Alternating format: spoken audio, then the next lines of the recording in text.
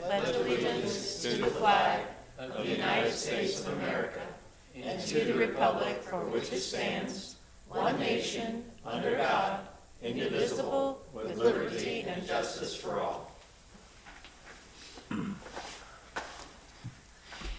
Town Clerk, the roll call? Mayor Kurzman, Yes. Vice Mayor Burrell, Here. Commissioner Fender, Here. Commissioner Mayfield, Here. Commissioner Tidicus. Here. All right, we're starting off with proclamations and presentations. We have a proclamation for Irish Heritage Month. Raymond Lynch? Not here. Okay, Town Clerk, can you please read the proclamation? Whereas Irish Americans helped to fashion a system of government for our young nation, as 22 presidents have proudly proclaimed their Irish American heritage. Whereas in 1792, Irish-born James Hoban provided the architectural plans for the White House and served as one of the supervising architects for the construction of the Capitol. Whereas Irish-born Commodore John Barry was recognized by the United States Congress in September of 2002 as the first flag officer of the United States Navy and fought the last sea battle of the American Revolution off the coast of Florida. Whereas the Irish came to Spanish La Florida in the 1500s as missionaries and mercenary soldiers, and then as planters, traders, businessmen, and doctors. Whereas Irish Americans have provided and continue to provide leadership and service to this nation's political, business, and religious establishments. It is fitting and proper to celebrate the rich cultural heritage and the many valuable contributions of Irish Americans. Now therefore, I, Dave Kurzman, Mayor of the town of Sewall Point, Florida, do hereby proclaim the month of March 2025 as Irish American Heritage Month in the town of Sewall Point, Florida. All right, I guess the gentleman's not here to accept Not the here? proclamation. He's having a Guinness. It must be. All right, so the next We'll mail it to him. we're going to, what, We'll put it in the mail for him. please. Now we're on to public comments. We have one, Kyle Gold.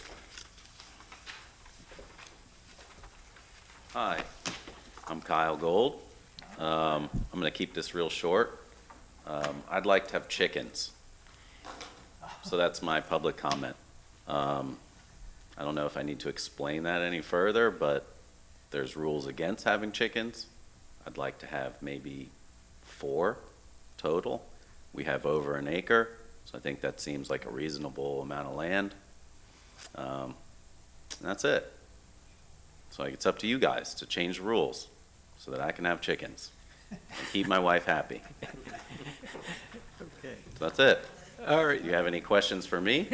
any questions from the commission? No? All right, Yeah, that's it. thank you, Kyle.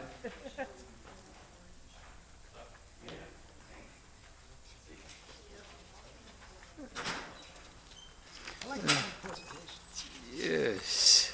To the point. Now we're going to the consent agenda. Do we have any, I want to add a addition, but do we have any other additions, deletions, or changes to the agenda? I have an addition to the consent agenda. Yes. It's on the dais. Basically, it's an agreement that all law enforcement agencies, actually in the state, complete with their sheriff, and we have a new sheriff, so it's the same agreement that we had before for public safety answering points. So basically, the 911 comes into the sheriff's office, and it's signed by the new sheriff, and if you all accept this under the consent agenda, it'll be signed by the chief. I'll put in as 6G. Thank you. And I would also like to add pictures to 10A that were taken to add to old business.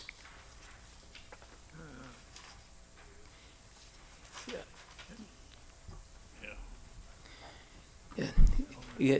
Commissioner Tidicus. Looking for the button. I have a question on the consent agenda in terms of item D, the interlocal agreement, South Sewell's Point Phase 2 water main replacement. So, ask it now or wait until we get into Ask it now. We might as well get through. Pull that from the Do you want me to pull it from the agenda? consent agenda. Well, you still have to approve the agenda, and then you can pull it from the consent agenda. Okay. Yes. I move to approve the agenda. I'll second. Roll call? Vice Mayor Burrell? Yes. Commissioner Fender? Yes. Commissioner Mayfield? Yes. Commissioner Titicus? Yes. Mayor Kurzman? Yes. Commissioner Titicus. Commissioner Titicus, go ahead, you. Okay. My question goes to page 82 on 6G, and I'm looking for it.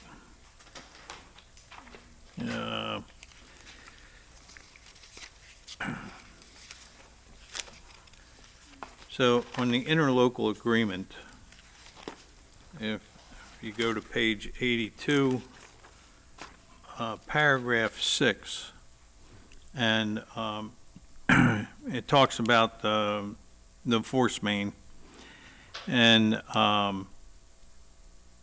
it's my understanding this interlocal agreement is pretty much similar, is the same. This may be the only change, but the flushing station will be taken offline once it's installed in operation with adequate connections to achieve 2 foot per second flushing velocities.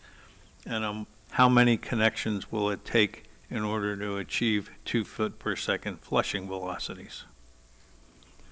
And I asked that question, I believe it's going to be 50 connections. 50. Thank you. Anything else? I have a- Commissioner Mayfield. I have a quick question about this item since we're on it. It appears that the backup for both of the agreements is pretty much the same. Is that correct, Town Manager? Just because it's kind of the county's doing both the water main replacement and the septic sewer? Yes, that's Okay. correct. Okay, that's it. All right, so I believe this is going to bring us to old business. I think we need to approve it. Motion. Oh, I'm sorry. Except the consent agenda. Oh, I'm sorry. Sorry, Susan. I got thrown off on I that. move I'll be quiet. that we accept the consent agenda. I'll second. Roll call? Commissioner Fender? Yeah. Commissioner Mayfield? Yes. Commissioner Titicus? Yes. Mayor Kurzman? Yes. Vice Mayor Burrell? Yes. Now we can move to old business. We were talking about optical speed bars, and we heard from the people that live on Sewell's Point Road, probably wouldn't be the best idea because it loses its residential neighborhood appearance by putting them on. That was the feeling. We had quite a few people come in and explain they weren't comfortable with it. I did take pictures, and if we could pull those pictures up, I would like to show them to see what it's like when you're driving off of Margarita and when you're driving off of Mandalay, what it looks like as you're trying to get onto Sewell's Point Road. So my suggestion would be making the speed limit once you get right before Henry Sewell's to 20 miles an hour, because that's what it is all through High Point. If you maintain that 20 miles an hour speed limit, you'll be able to get a better idea when you look at the pictures why you need that 20 mile an hour speed limit. That's what happens when you're pulling off of Margarita and you're trying to make a left or a right onto Sewell's Point Road. If you look to your left, you could just see a little bit of a car. That's how close it is when you look. If you put the arrow on the car, how much time do you have before that car is going to slam its brakes or you got to slam yours on and they just miss? That happens all the time as people are pulling onto Sewell's Point Road. It's a very dangerous spot. It's blinding, and especially if a car is speeding. We've had so many close calls over the years that I've seen. It's always one of the, we've been very fortunate. I don't know if there's ever been an accident there. There hasn't to my knowledge, but the chief would know better than I would. And let's go to the next picture.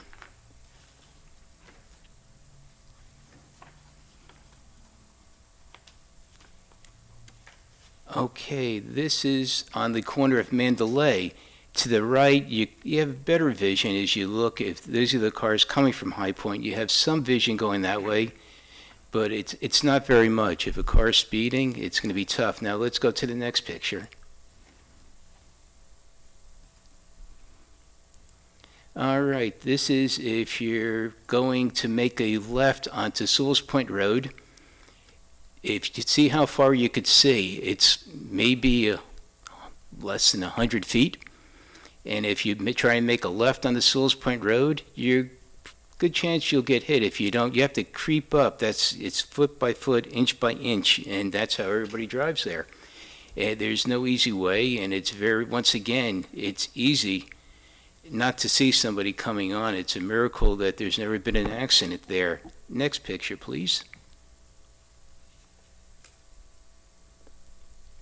And over here, this is it, going back to Margarita again. Now, if you take a look to the right, you could see a truck, but the vision coming around the bend, coming from High Point, if somebody's going a little above the speed limit, there's a good chance that, once again, a lot of times we've seen cars coming out of High Point, they had to hit their brakes to prevent from hitting us. And it's just, the optics aren't that good as you're coming out and trying to make a left. And that's why I think it should be 20-mile-an-hour speed limit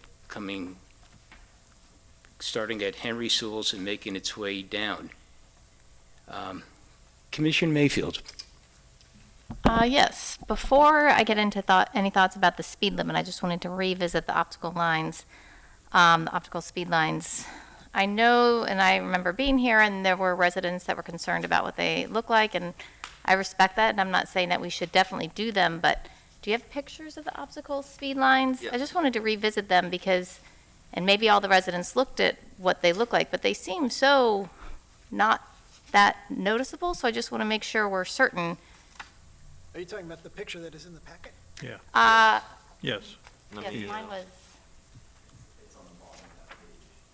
I don't have it in my packet, I forget, I think it was. Do we know where that picture was taken? oh, there it is. Hey. Yeah, that. It seems so minor. I can't imagine that that would bother me, but I do respect other people's opinions, so I just want to, and I think I read a little bit about it or whatever, and I think it has been shown to sometimes slow down traffic, which is the main goal. So I just wanted to be certain that we don't want to do this when it seems real cheap and not that bad, but if that is really what all the residents say no to, because all of the traffic talk was to listen to the residents and see if they want.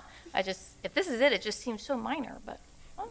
What they said, and once again, they have spoken to many of them now, because my door is right around the corner from all of them.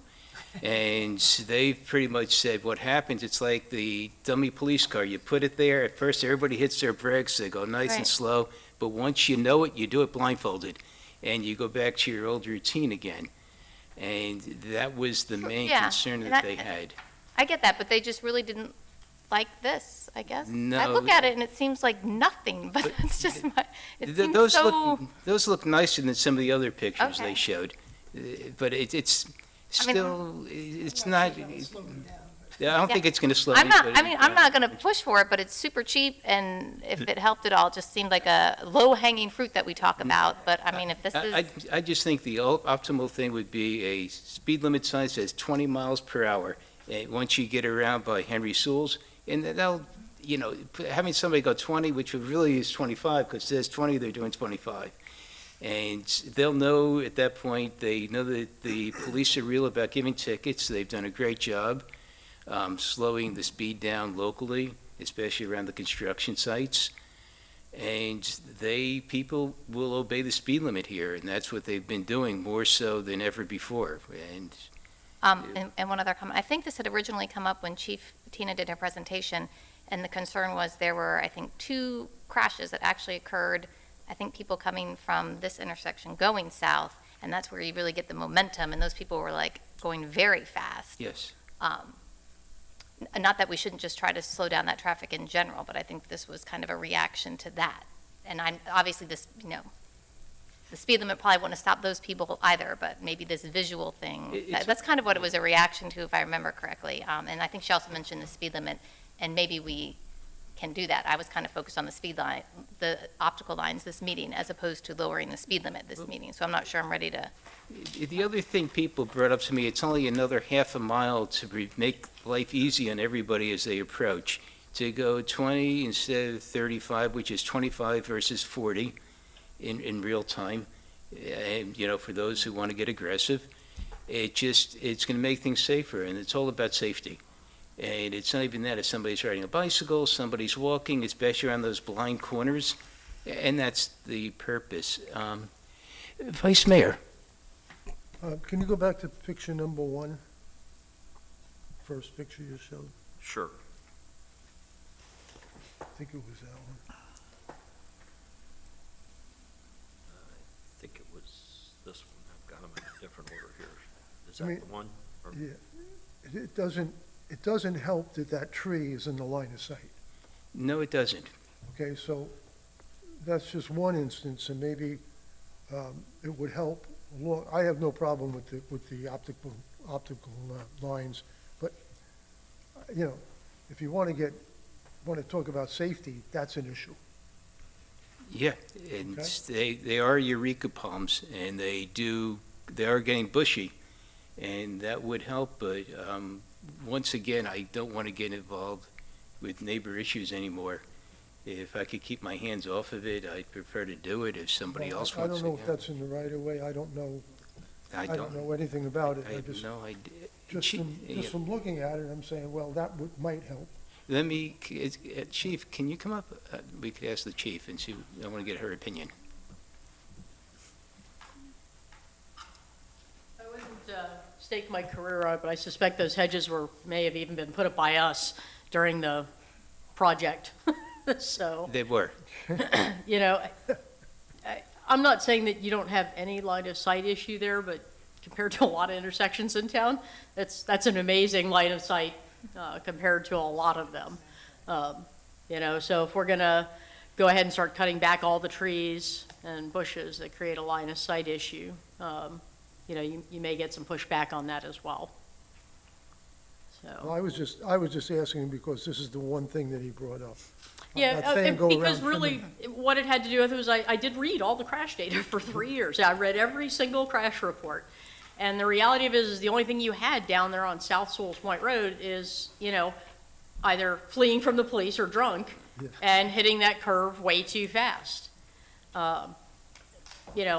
If you're asking my opinion, I think that starting it way back at Henry Sewell might be a little soon, sorry, Mr. Mayor, but maybe like right, if you are so inclined to make that decision, maybe like right after Margarita, so you're slowing down to maybe like 30 as we're approaching High Point, preparing you for the slower speed, or even 25, and then it gets into 20 at High Point.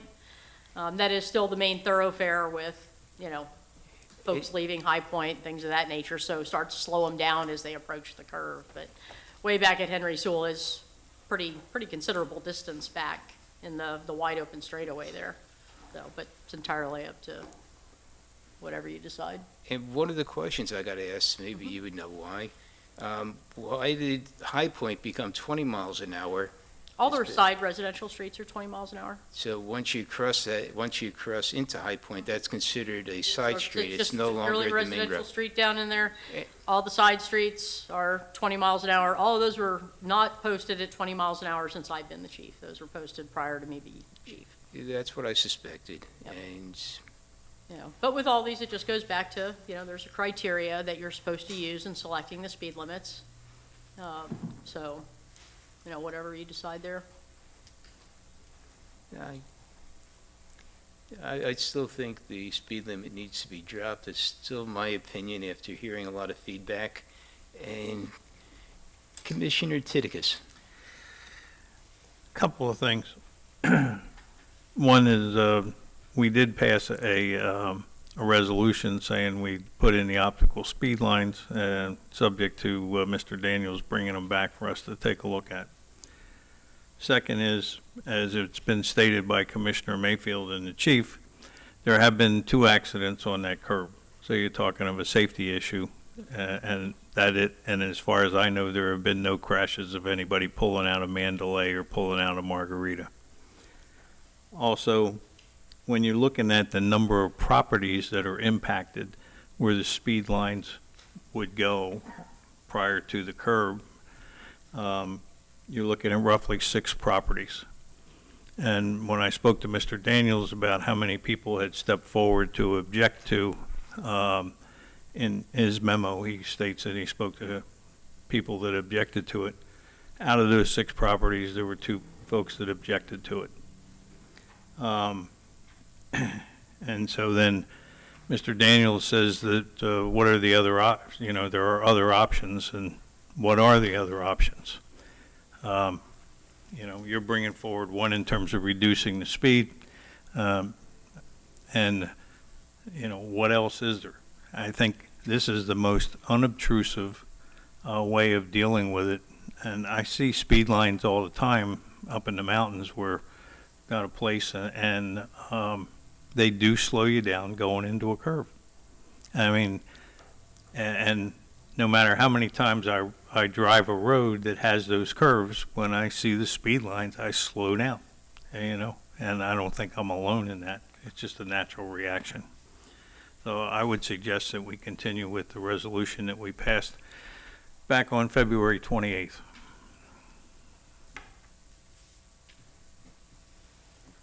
Town manager. I just wanted to add some food for thought. Obviously, there are procedures in lowering the speed limit and having a study, or, the main thing to think about in that area, and I think you kind of hit on it a little bit, it changes when you get into High Point. It becomes a local road. Before that, it's considered a collector road from DOT standards, and that's what we've been using as part of the grant process when we apply for a grant for the resiliency.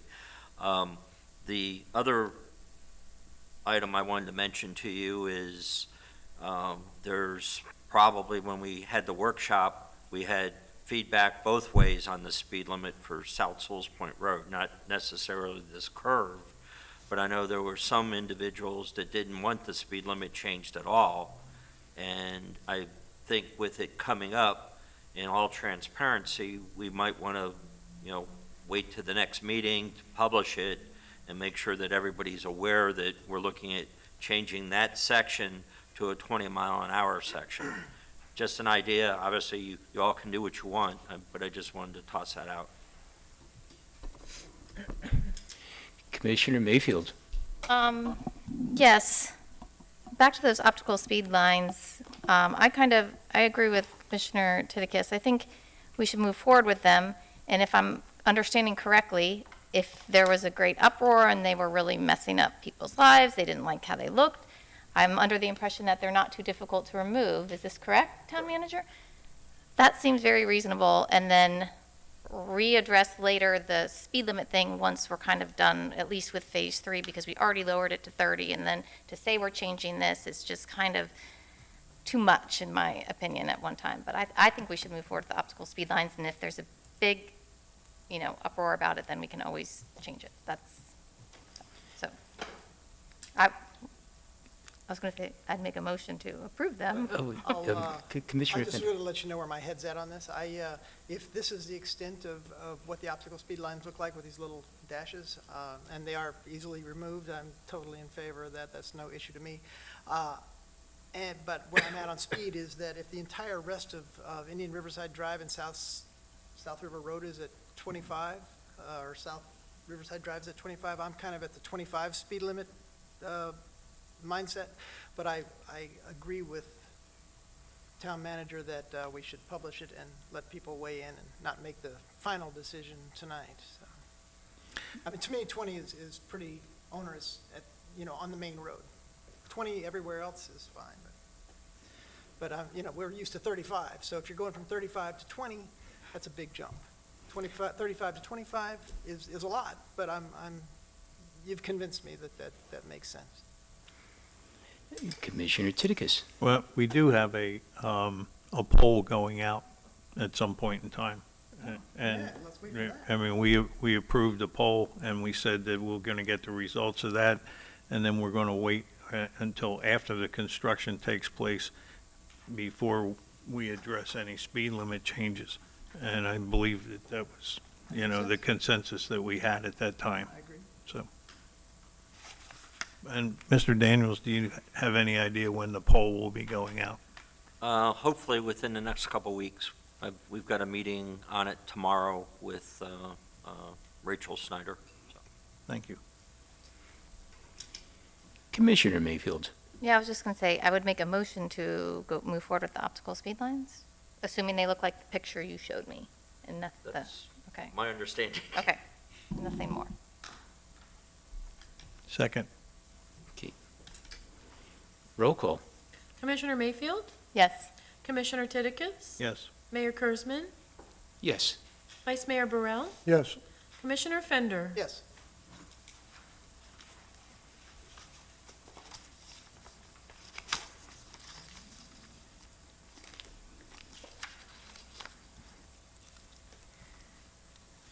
All right, new business, FP&L takeover of town streetlights. Town manager? Yes, this has been an item that we've been working on for a couple of years, and as people have transitioned back and forth from FP&L to different areas of their company or different companies altogether, it's been kind of difficult, but we finally have gotten somebody that has been able to crunch some numbers. Originally, we started out about $55,000, and we were able to bring the amount down to under 40. And what this entails is our decorative streetlights that are out there, we have to go ahead and maintain. FP&L won't. And a lot of the times we'll call in a ticket because we don't have power going to one of our streetlights, and the FPL repair crew will come out, and then they look at it and they say, oh, well, that's the town street light, and they drive away. So even though we have a service ticket in, and it's already been approved by whatever their measures are, I guess the crews have the right to call the shots, so to speak. So that's a constant problem that we have in the office in dealing with. With this proposal, they'll take over, they'll put in new lights, it'll be similar to ours, but they'll be FPL fixtures, and we save money by having Cheatham, as part of their contract, they put back up the lights, so they don't care whether they're putting up a new light or one of our old lights after the construction is done. So that's where we got a lot of our cost savings and got the price down. I'll have the exact amount probably within the next week or two, but I wanted to move forward with a proposal, and so we can let Cheatham know that, this is the base that we're going to be using and so forth, because it does have a different base than our lights do. Commissioner Fender. Yeah, I just have a few questions on this. Certainly, there are a few residents who have approached me complaining about the lack of streetlights. So I guess my question here is this an annual amount? Is this an ongoing contract every year? Is it a one-time fixed request? It's a one-time charge based on the number of lights we have. Now, if we want to add some lights, I'm sure we can look at. So this is not an annual recurring cost? No, the recurring cost is actually into the power charge. Okay. So All right. it'll go up a couple bucks a light. We pay, I think it's like $15 for a street light a month. So is this exactly replacement of existing lights, or will there be any additional lights put up? Right now, it's the existing lights, but that's something, There are if you some- have an interest, I Those can. concrete poles probably don't have lights on them, and then, of course, the other side is turtle obstruction, right? I mean, are they the same color? Are we doing anything like yellowish, I guess is what they use? I don't know. Well, they I'm do, just but asking, I'm not. no, most of that's along the beachfront with the turtles, so the best of my knowledge, we don't have a turtle issue here that we have to take precautions with. But they are similar light fixtures or the bulbs to what we have, except they'll be LEDs. Ours haven't had the conversion to LEDs yet. So the concern really is lack of light right now. Right. Not enough of them and it's too dark. So I don't know, in the discussion with that, you could maybe find out if there's any way to get more light. I'm sure there is, and I can get a cost factor for that and a recommendation, on where we could better suit our residents with lights. I'd like to see a monetary proposal at least, and then we could talk about this in a little more detail. It's hard without seeing dollars. Well, that's why I put a not to exceed Yes. number of 40,000 on this, because I'm sure it'll come in 30,000 something, but I don't have the exact number, so, but I did, with Cheatham being there and doing the work, I wanted to, move through it, because we're gonna lose some cost savings if I don't do it as part of that project. And I think there's 11 lights as a part of that project. We have 38 all total. All right.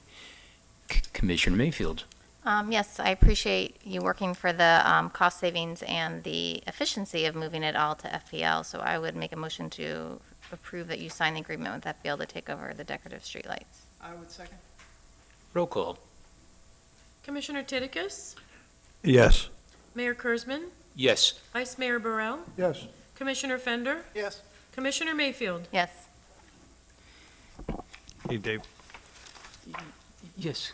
Oh, I'm sorry, Commissioner Titicus. I just want to make a comment. I'd like to thank Mr. Daniels for pursuing this because in the brief period of time since I've been a commissioner, I've had several people complain about our lights being out, and it takes an inordinate amount of time in order to get them fixed. So if we can shift this to FP&L, fantastic. Thank you. One less worry.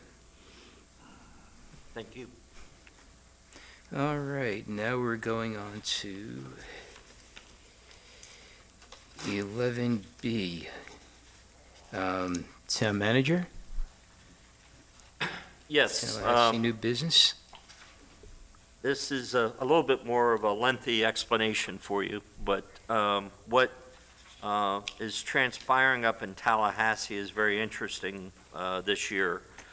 We actually, in years past, the governor's been able to pass his agenda through the legislature without having any difficulties.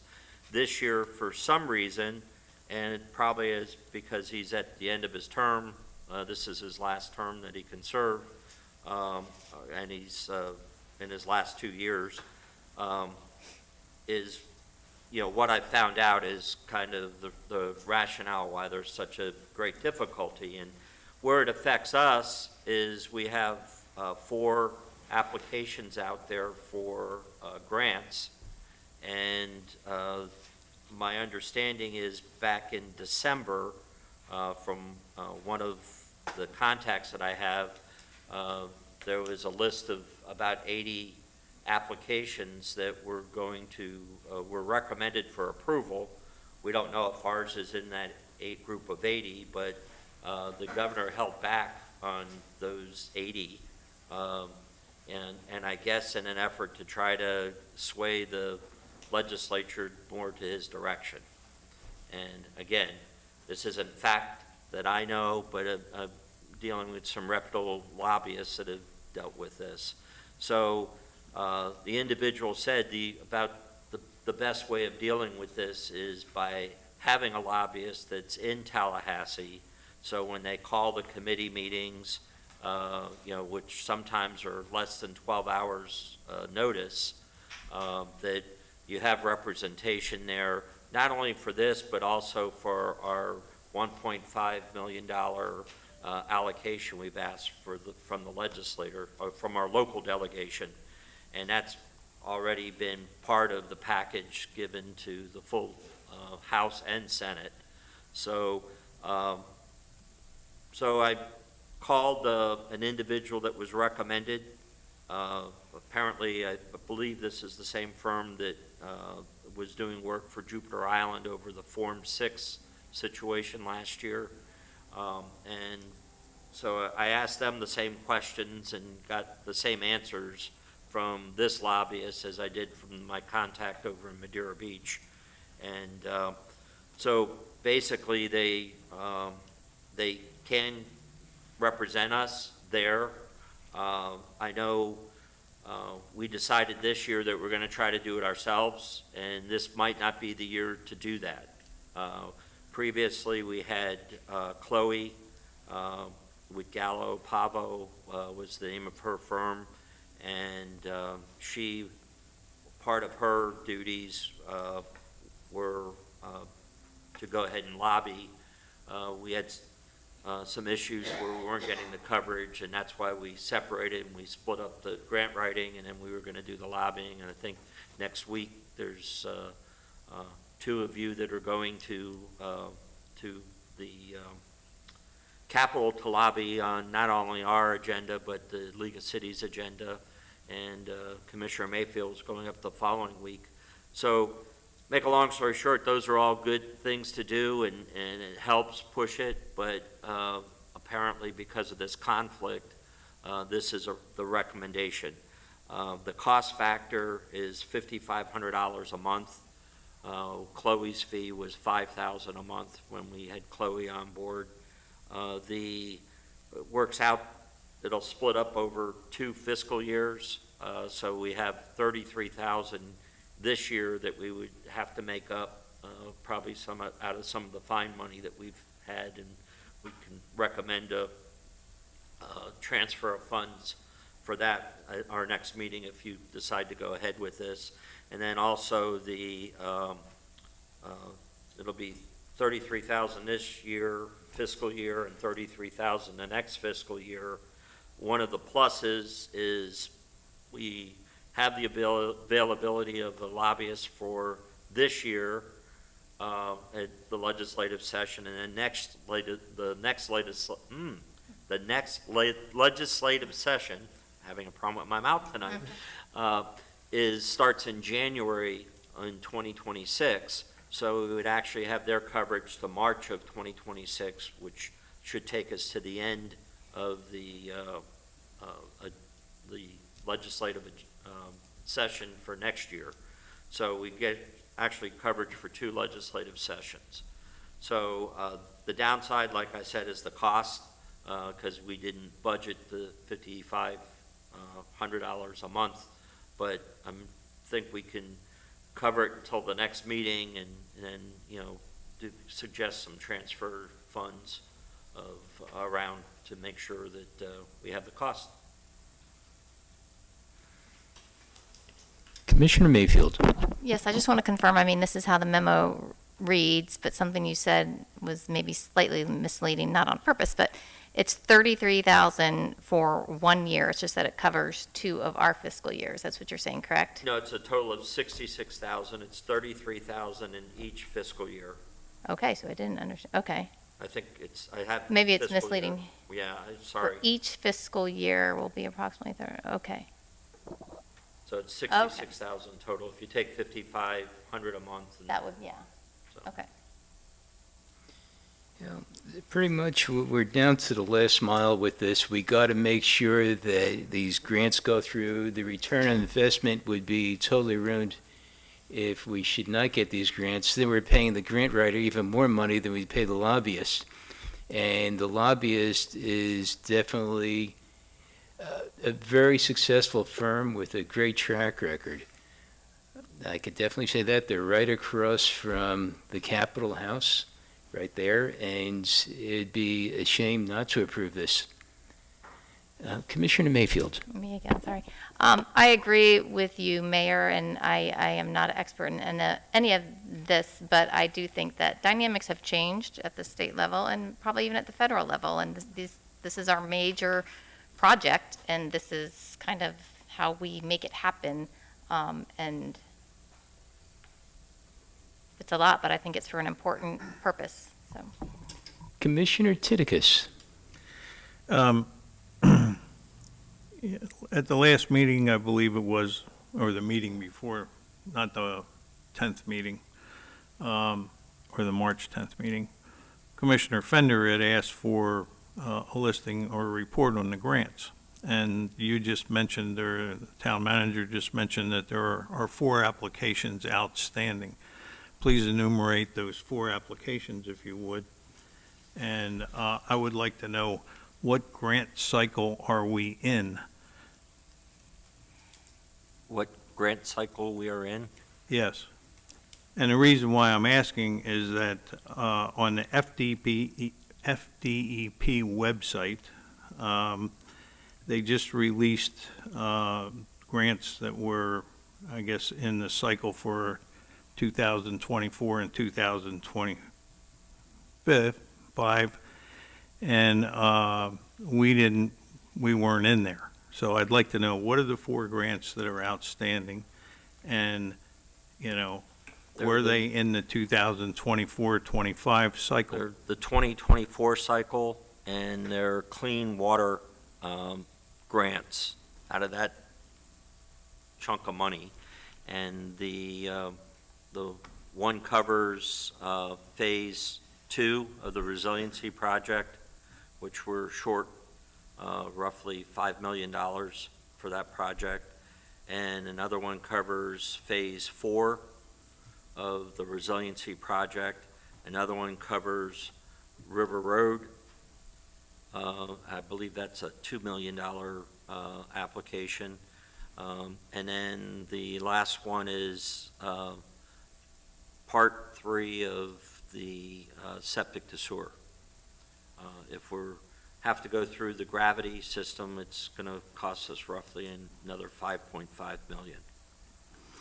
And if I can continue, what are the deliverables for the $66,000?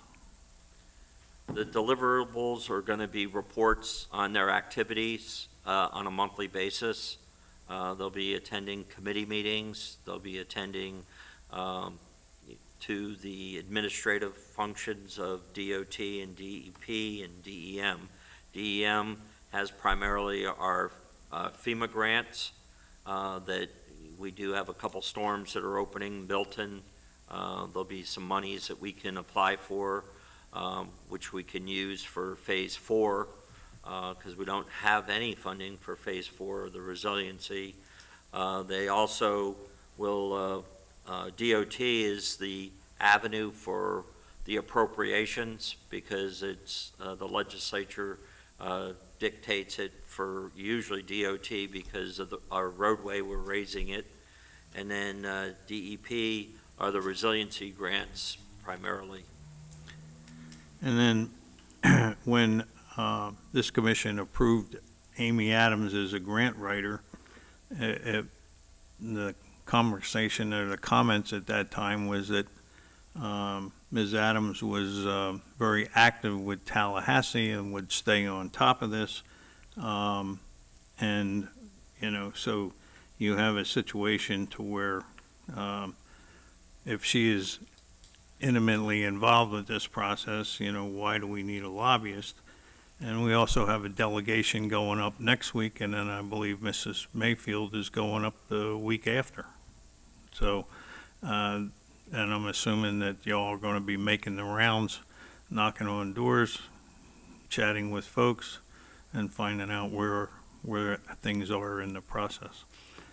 It's not necessarily the people that are in our Senate or over in Tallahassee. It's the big guy in Tallahassee that's got to be lobbied, and his office. And that's something that Amy Adams doesn't have access to, and a lot of people don't have access to. So this is the actual governor's office, and that's who we got to lobby at this point. That's really what it's gone to. And right now, there's a standoff between the House and the governor. So the governor is going to approve X amount of stuff. The rest are going to get vetoed. That's the word that's out there. So I'm just calling it what it is. And we need a lobbyist that knows how to speak to the governor or his people. I could leave it at that. Vice Mayor. I don't know if this lobbyist will ever get to speak to the governor, I'll tell you that. That's number one. I've lobbied, I went up there to lobby for the original sewer plan here in Sewell's Point. And I went before the committees up there and tried to lobby. And I have to tell you, it's a tough job. It's not easy. It's not something you can just walk up there and just start speaking or reading as a speech. They'll yes you to death, and then they'll vote you down most times because they want to move it along to the next committee. As far as going up to Tallahassee is concerned, there are larger issues for the League of Cities at this point, sovereign immunity, all of this stuff is what they're trying to push now. And that's what we will be pushing when we go up there, because that's important for us. As a small town, if they pass this bill, our insurance rates will go really sky high. But to be perfectly honest, for all the years that I've been up in Tallahassee and tried to lobby and tried to talk to legislators, you really don't get that much time. First of all, you're going from the first floor to the 5th floor to the 14th floor, back to the first floor to see these people. And you get in with large groups of people. So you're not individually speaking to them. The most that you get is 5 minutes at best. And most of the time they look at you and they'll listen to you and they're very polite. And then finally they'll go, I'm sorry, I agree with you, but I can't go along with it. I have to vote along party lines. That's where a lobbyist comes in. They're more powerful than us going up there. This time around, I'm going to do something a little bit different. I have asked Mariah to put together a package for me, so that when I get in to see anybody, I will drop the package on their desk. That's a great idea. Okay? I won't be able to speak to them because, again, you're talking about 40 people at a time trying to cram into an office the size of Bob's office. And the only people you really get to speak to are their, the aides, yeah. Those are the only people you really get to talk to. And if they don't like you, they're going to hold you back from going in. There's all kinds of politics, obviously, involved. So, With some collateral is a great idea. yeah, so we're going to have to try and do something. And I think a lobbyist, as much as I think it's expensive, and it's an expense for the town, and I agree with you, Mr. Tidigus, about Amy Adams. I haven't heard anything about Amy Adams in months. I haven't heard what she's done, or where she is, or what's going on. So, since you brought it up, the question is, what is she doing, and where is she? Well, she works well with DEP, because that's what her expertise is. Okay, So she has made inroads with DEP, but she reached a certain section, and obviously, when the secretary of DEP, who works for the governor as part of the cabinet, gets the word that, you don't do anything right now, then he follows that. So, that's pretty much what she's doing. We do, when Amy comes here, we do pay her because she bills us. So, that's the downside. Whereas when Chloe was on a retainer, that was all part of the money that we paid. But I think just the difference in the professionalism that we have with Amy has really played out. I think it's just unfortunate that we've had this conflict between the executive branch and the legislative branch, which is holding up funding. Commissioner Fender. Yeah, I was just going to say that there's a lot about this process I don't know, but I've been through several cycles of it now, and I was here before we got many grants at all, and then, I was privy to some of the work that Chloe did with the county before she started Gallo Pavo, whatever it was. Yes.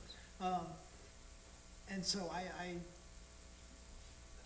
I felt like she could be successful, and in fact, I thought she was more successful than I expected her to be. But, so I've always had like this weird hand-wringing concept of the whole lobbying effort, because I just want to make sure that it's clear that this is an investment you're going to make, and it, like all investments, it may not pay off. It has paid off in the past, but we're in a whole new world now, both with the politics at the government level and also the politics at the federal level. So, you know, you may spend this money, or we may spend this money together, and it, you know, it may not pay off. But I sort of feel like, as Vinnie was saying, is that that conversation won't happen without it. And it's not really even just the lobbying that you're suggesting, it's the bumping into at the bar over a drink kind of thing, you know? So there's more to this than just going to meetings and even leaving collateral, but that helps for sure. But, you know, I liked Chloe's approach because she was spending weeks up there at a time, and she was getting to know the people that were there, and, you know, that worked well. I don't know Capital City Consulting, and, you know, I assume they're in business, and if they have a reputation, they must have been successful at some point. But I will, you know, I will probably be in favor of making the investment in hopes that we can get to phase 4, you know, because I don't think we'll get there without it. And even if the investment doesn't pay off, that's the investment we made in moving forward. And every little bit helps, including Amy, right? I don't know what Amy's doing, but I assume she's helping us with grants, and Joe can probably tell us more clearly, and Bob, of course. But you know, I'm agitated to spend the money and concerned about it, but the investment has paid off in the past, and maybe that investment we've received in the past pays for this additional investment. You know, I'm thinking specifically of $8.4 million, which goes a long way, right? So this is a drop in the bucket compared to that win. Right? Commissioner Mayfield. Yes, I was just going to make a motion to have recommend contract with Capital City Consulting to be the town lobbyist from March 25 to March 26. Oh, I have one more question. Okay, Vice Mayor. Okay. When you said the money would come out of some of the fines, That's what I was thinking. We've got some extra income that we didn't have in Okay. the fine area, so that would be, I haven't had a long conversation with Mariah on it because I didn't know the temperature of the commission, if you were going to approve it or not, but that would be the first place that we'll look at. okay. I'd like to know what that's going to be. Okay. I'll second that motion with that caveat that we find out Yes, exactly how I'll much have money. it for the next meeting. Okay. Commissioner Fender. Yeah, I was just gonna add to that, I'm sort of positive on this, mainly because it fits into the budget framework that we've had in the past. It's not an extravagantly higher amount of money than we've actually budgeted for this effort previously. And, so, you know, if it were, I would have even more concerns than I have, but I'm in your camp. Commissioner Titicus. I've made no bones about the fact that I am not in favor of Part 3 septic to sewer. I'm okay with the low-lying areas, and so I will not vote for any money to be expended to pursue that grant application. I don't think that's not what this is, right? Yeah, it is. You want to spend $66,000 for a lobbyist to pursue these 4 grants. And one of the grants is Part 3 of the septic to sewer. One of them. One of the, yep. All right. Without the grants, That's up in the, right? the projects are dead, period, all the projects. So without having a lobbyist, there's a good chance we're going to go nowhere. I'd like to have a roll call. Mayor Kurzman, Yes. Vice Mayor Burrell, Yes. Commissioner Fender, Yes, Commissioner Mayfield, Yes. Commissioner Titicus. No. 4-1, motion passes. All right. We're on to 12. Cash flow, Finance Director.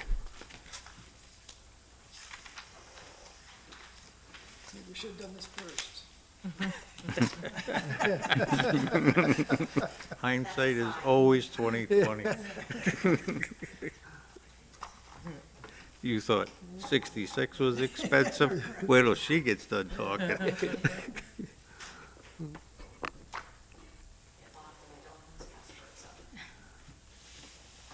Good evening, Mayor and Commissioners. I'm going to start with just a brief background, basically. I had a cover memo, I had 3 Excel sheets that I did up for you, and then I have a draft resolution that I'm not asking to be approved tonight. It was just provided kind of as a idea of what we were looking at. So, with that being said, where we're at is the town has been very successful in receiving grants and having the grants fund the capital improvement projects. Phase 1 was funded, primarily all by grants.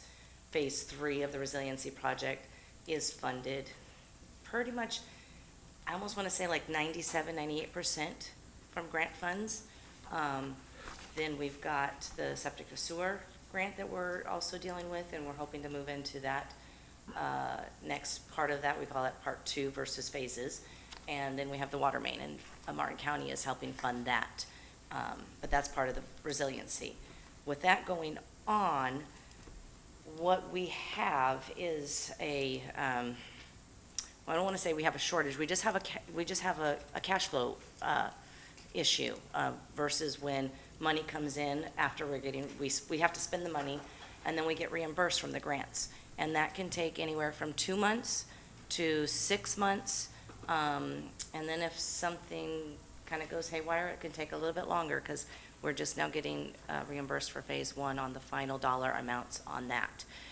So if you go to your sheet A, what I did was I started off where we were at in January at basically our fund dollars, what we had in the capital improvement fund. And so this is strictly capital improvement fund. This is not the general fund.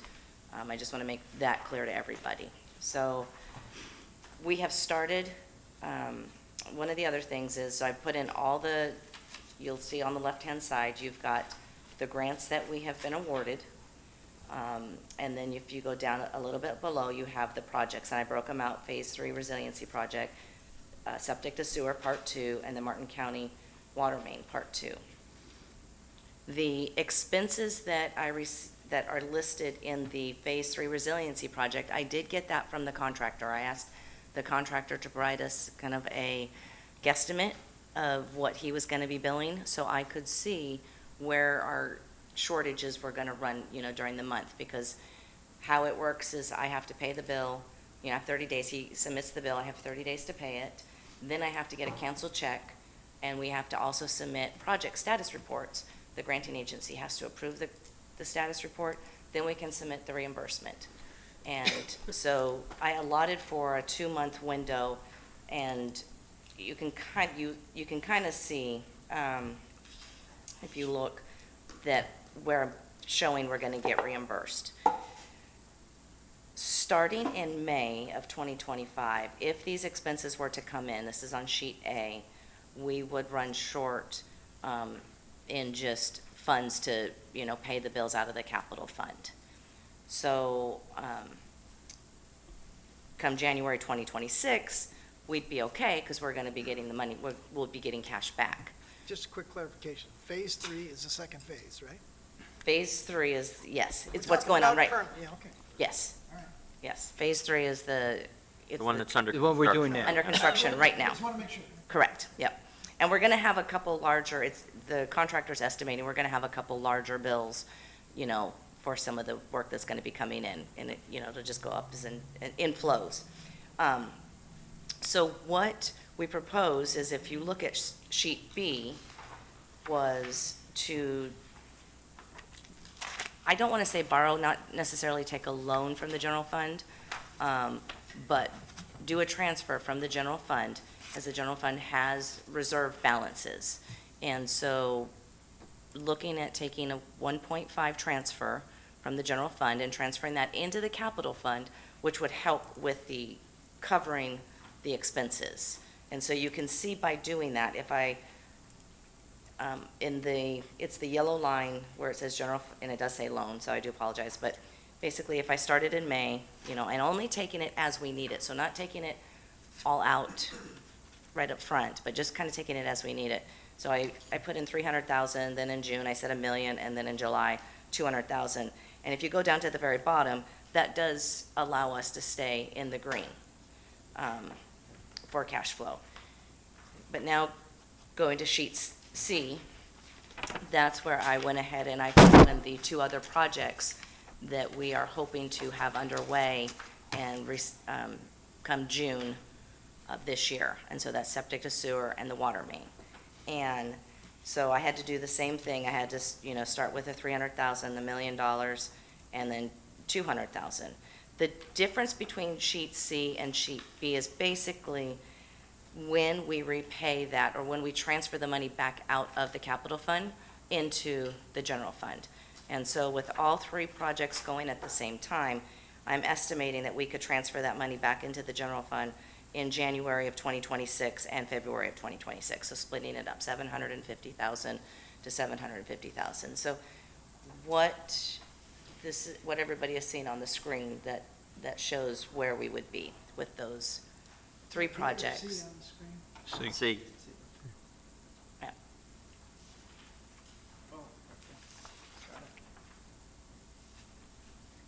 So that is where we're at, and I broke up the septic to sewer. It's a 7-month project, estimated to be about 7 months to 8 months, so that's how I broke up the expenses for that, and then the same thing for the water main. Water main, the county has been phenomenal on basically turnaround time with their funds, so that's not so much of a concern.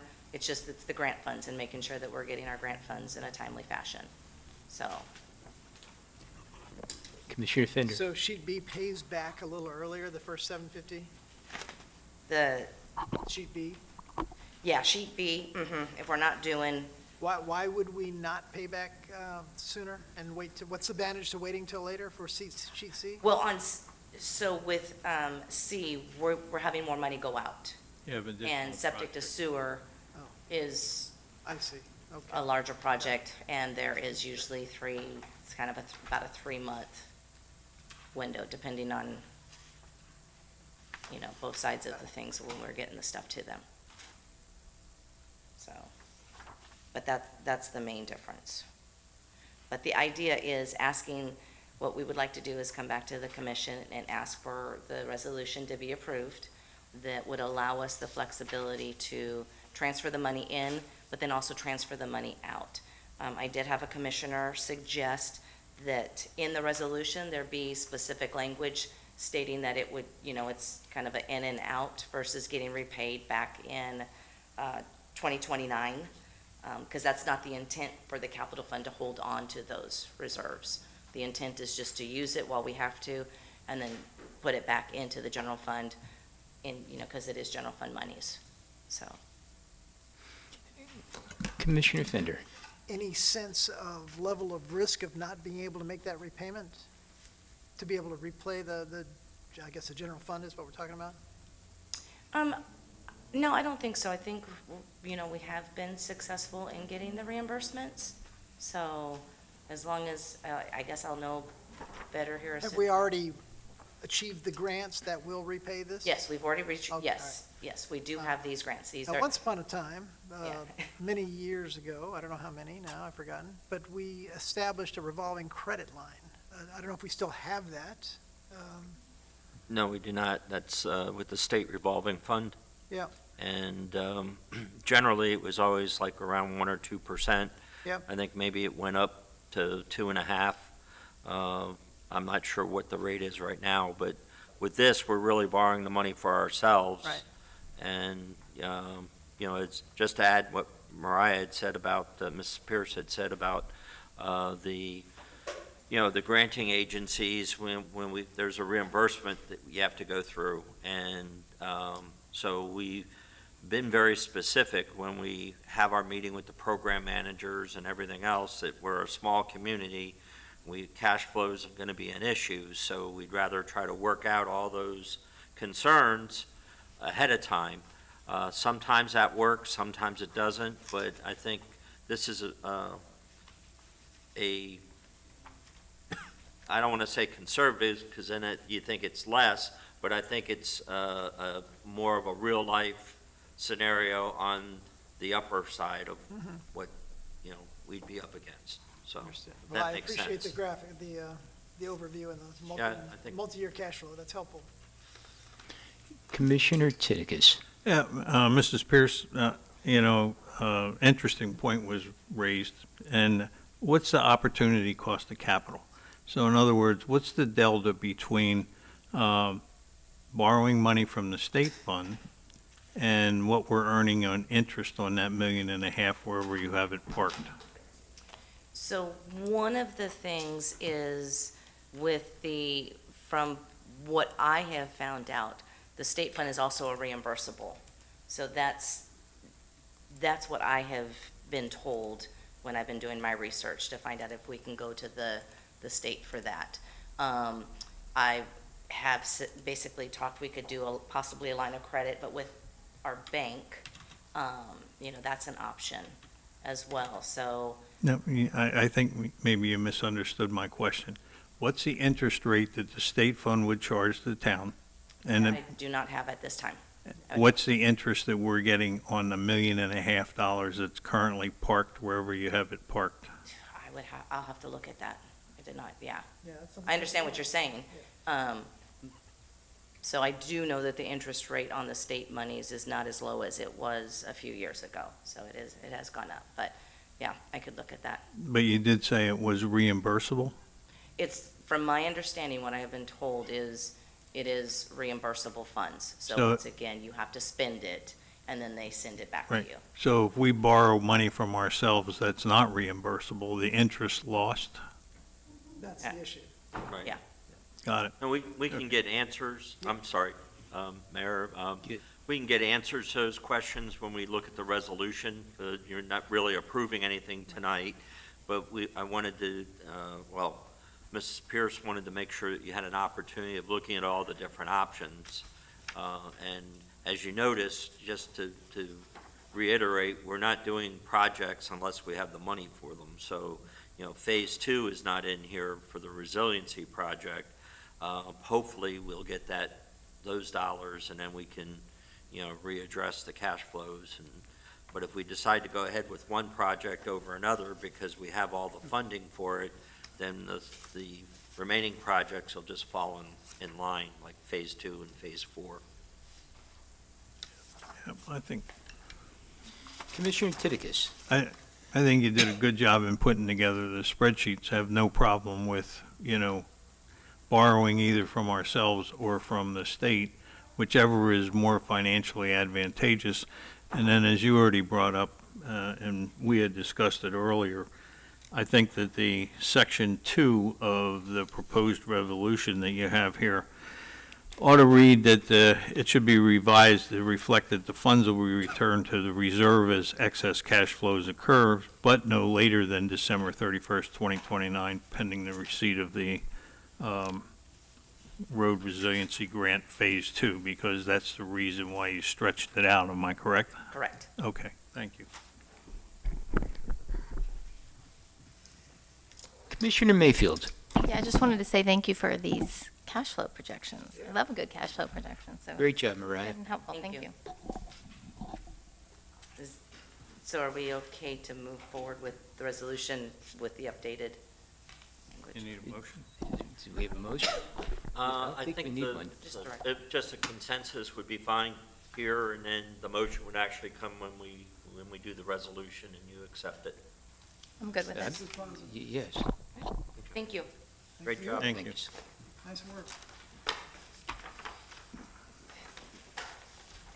Next, staff recommendation would be 11B, Elevate Florida.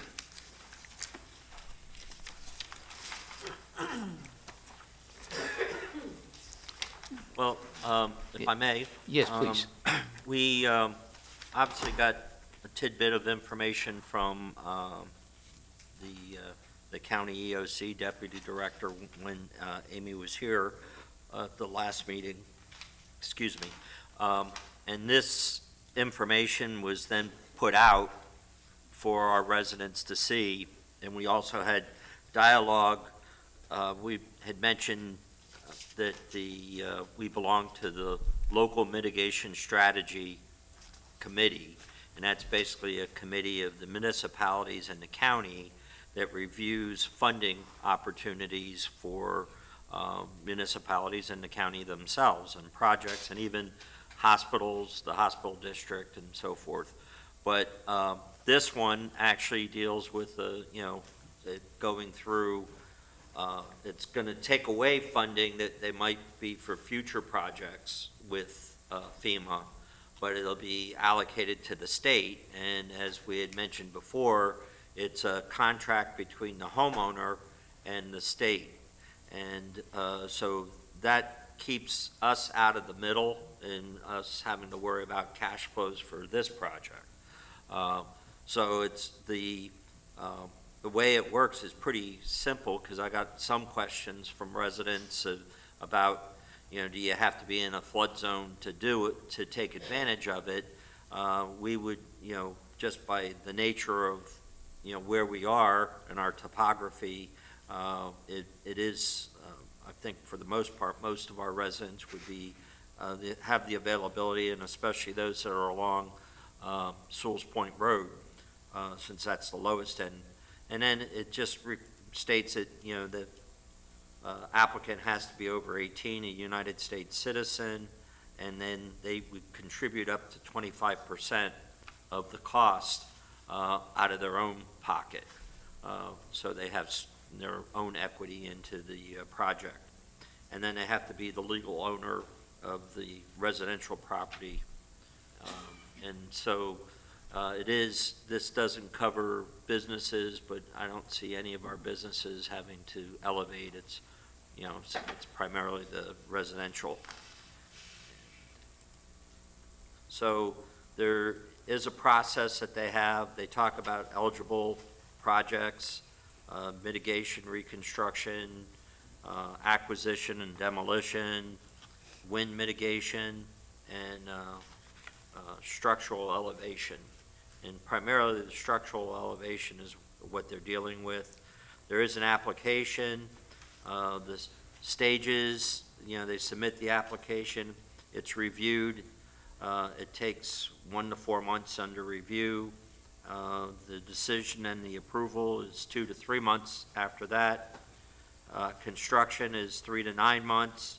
And then the closeout takes 1 to 3 months. And I guess the closeout is where they deal with all the expenses that were incurred. So the program, when we dealt with the initial allocation, the county gave us, I believe the amount was $1 million that they're setting aside. They're setting aside $1 million for the county projects for Elevate and $1 million for us. So currently the county is setting aside $2 million for the overall project for Martin County for the next fiscal year.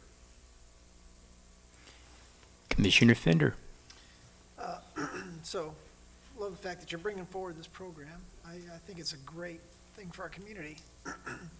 But we've been through this in the past, so I just want to clarify that this doesn't have the same stipulations that the last process required, which was lifelong insurance requirement that Vinnie can articulate much better than me, but. Right, it doesn't mention anything about the flood insurance requirement, which is normally a FEMA requirement. But since this is being run through the state, I haven't seen that in any of the documentation as yet. Okay, well, hopefully it's not in the fine print, so the first family that comes along and does it, signs on the line, and then reads the fine print and realizes that they're stuck on the hook for life with an insurance policy, right? So, well, I'd like to get that clarification. Okay. Vice 'Cause I Mayor. might want to use it. The issue the question that I have is, so the county's going to put 2 million away, and we're going to get $1 million Yes, towards the program? yes. That's about 2 houses.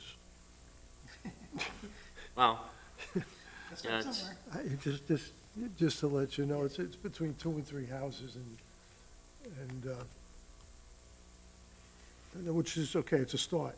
And hopefully we can That's the way I continue, look at it, is it's hopefully we can Yes. continue on that path, but, just so everybody knows, it's only a couple of houses and not to get all yay, yay, yay, yay. Because the last time it was, 25 houses would have been raised. That's, Well, there's other programs maybe we could look into, outside the county, where we could get some help if it, well, more yeah, than I'm 2 or just 3 just wanted. concerned about how they want to get paid back. Yeah. You know, that insurance for life is one of the big things. Whether you demolish your property or not, you still have to have that insurance, even if it's an empty lot, so we don't want to see people go through that again, so let's make sure of that. You know it better than all of us, so. Yeah. So, that's all I have to say about it. Commissioner Titikus. Yeah, I'm reading over the eligibility. I mean, I would still like us to ask the question, since in our strategic plan, we have it that we're going to, at some point in time, 5 years out or 10 years out, elevate City Hall. So, is there any possibility? not with these funds, but there are other programs that we're looking into, grant-funded programs. Okay, thank you. Any public comment?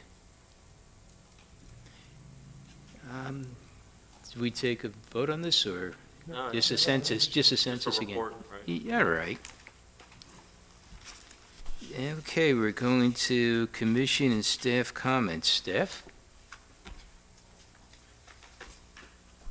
I think I'm commented out. It's been a long week, but I think altogether, you know, the staff has worked well, and I appreciate all of their assistance, and, you know, we are thin in numbers, but we get the production out, and, you know, but we can tell the difference when somebody's on vacation out of the group. So, you know, but everybody works hard to kind of fill in the void, and we got to let somebody go on vacation once in a while. So. Thank you, everybody. Commissioner comments? Commissioner Fender? Yeah, just a couple of questions. First, maybe somebody can remind me the process where we're at on the lower level septic to sewer conversion? Is that done? Lower level? Well, the current. Well, we had 106. part one, what we finished. That was 169 connections. And what we're talking about is doing the go-ahead, which will probably come up in the summer, for proceeding with the next 171 connections. Where did the 167 stop? 169 stopped at Roughly, I mean. Pineapple, Oh, so- Pineapple Lane. So people up to Pineapple received a letter saying, hey, you want to hook up in the next year? Yes. That happened? Okay, Yes. all right. And just judging from the phone calls, I had 3 individuals, all unrelated today, that contact me because the county has been slow to get back with them. They've already paid their money, and they're having problems with the connection. And Mrs. Pierce, again, got to the bottom of it and found out that one of the key employees that they have on the county, so it even happens on the county side, was out with the flu. And so that kind of stopped the ball from running, I guess. But anyhow, they're back on, he's back at work, and they're back on track, so, All right. I have another question, but I can't think of it right now. sorry. It'll come back to me in just a sec. How many people have actually hooked up now? The last time I looked, I thought the connections were 25, and then there was like another 15 or 20 that were in the process, but I won't know. Usually I get a report at the end of the month, so what I can do is include that as part of the package for the meetings when I get that report in. That'd be great, thank you. So part 2 is 171 connections. That's correct. And have we gone anywhere about, instead of doing the gravity system, there any progress in just allowing people to continue on to do the grinders? None. All right. I keep getting stalemated and setting up appointments and getting them canceled, primarily from our district commissioner. That's terrible. That shouldn't be happening. And any other comments? Commissioner Titikus. A couple things. One is for the April 8th meeting coming up, I'd like to request that stormwater cleanout be put on the agenda. And I requested back in December 15th, policy and procedure and how, what the schedule was for that. Never got it. However, in Mr. Capra's report that he provided at the last meeting on February 25th, the Appendix D had the 4 maps in it, and I developed a schedule off of those 4 maps and gave it to Mr. Daniels, and I also forwarded an electronic copy to Mr. Capra. But a policy and procedure needs to be developed to make sure that it's being done, and the payments that Sunshine and Captech should be tied to, are currently being tied to each outfall, and it also needs to reflect the quantity and the type of debris being removed, which is required by FEMA. So I'd like that to go on the agenda so we could discuss it and move it forward. Then also, what was supposed to be on this agenda, at least I had seen a draft somewhere along the line, and was an ordinance number 404.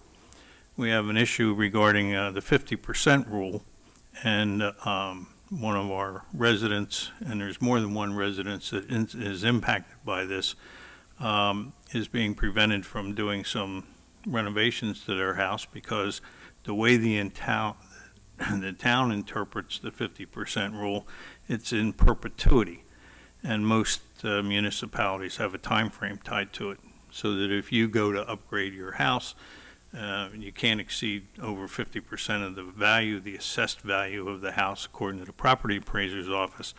And what happens is that, if it's in perpetuity and your insurance company tells you got to put in storm windows and impact windows and all that kind of stuff, that eats into the 50%, and then you can't do any upgrades to your home beyond that point.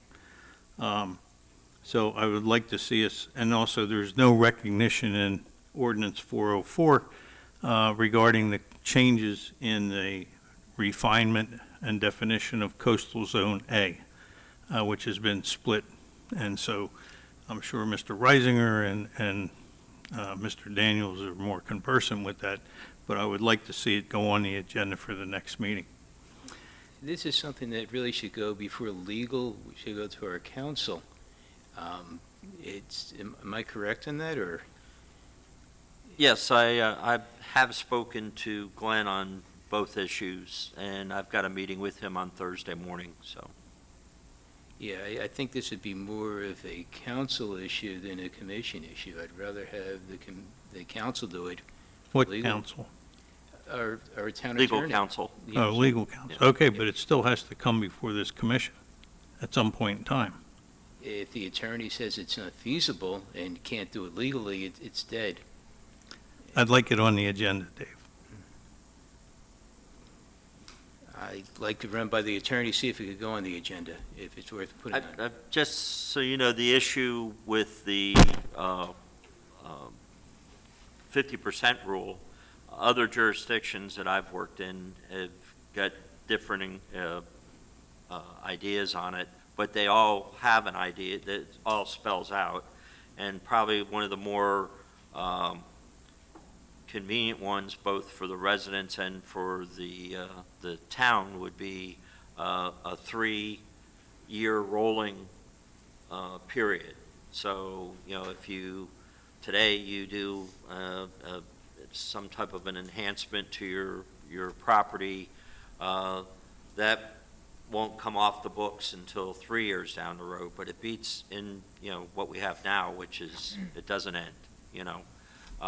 But then that's a commission decision, so All right. that's some okay. places have 1 year, which didn't work well from the feedback I got. Others have 2 years, some have 5 years. But I think we do have to have a requirement on how we're going to judge that for future projects and everything else that, as, you know, the Commissioner said, that, you know, with the, you know, insurance companies now are making very heavy demands between roofs and doors and impact windows and who knows what's going to be next. So I think it's very imperative that we have something, and we can discuss that at another meeting and be the next meeting. If I can get the I draft. have a better understanding now. I apologize. This also has an impact on 78 South Sewell's Point Road, the house that the town owns. Because y'all, you know, you took out a loan for $2.2 million on this piece of property. And we anticipate selling this piece of property once the road's done and recovering the $2.2 million. If you have a problem to where you can't upgrade the property, you're not getting $2 million for that piece of property. I understand better now what you're talking about, but I apologize on that. I'm okay putting it on the, okay, go right ahead. Just two quick questions, comments about that. When you're talking about the 50% substantial, you were talking about the 50% substantial improvement. I mean, my understanding was you can improve it, you just have to bring everything up to code. Is that how it works? Well, you have to bring it up to code, but FEMA Or is requires, this something different? yeah, it's something different. Oh, I thought you, see, I didn't know exactly what code you were talking about. I thought you were talking about if you improve No. your home more, then you have to bring everything up to code, so I wasn't even sure. That's fair. I was confused on that too, so. This is a town ordinance No, for, the other one's an ordinance too, just a different ordinance, so I didn't know which one you were talking about. And then you said something about coastal, so then I was getting confused. Which one are you referring to with that? FEMA also changed its definition of coastal zone A, and they introduced a concept called LIMWA, which is, anyway, I'm blanking on what LIMWA I means. am too. But it's in other words, coastal zone A is divided in our area, into two places. The sandbar out there is inside of this LIMWA area, and their standards are less for that than they are if you are outside that, like on the barrier island. So in other words, if there's a storm surge, they feel that the LIMWA will mitigate the impact of this storm surge.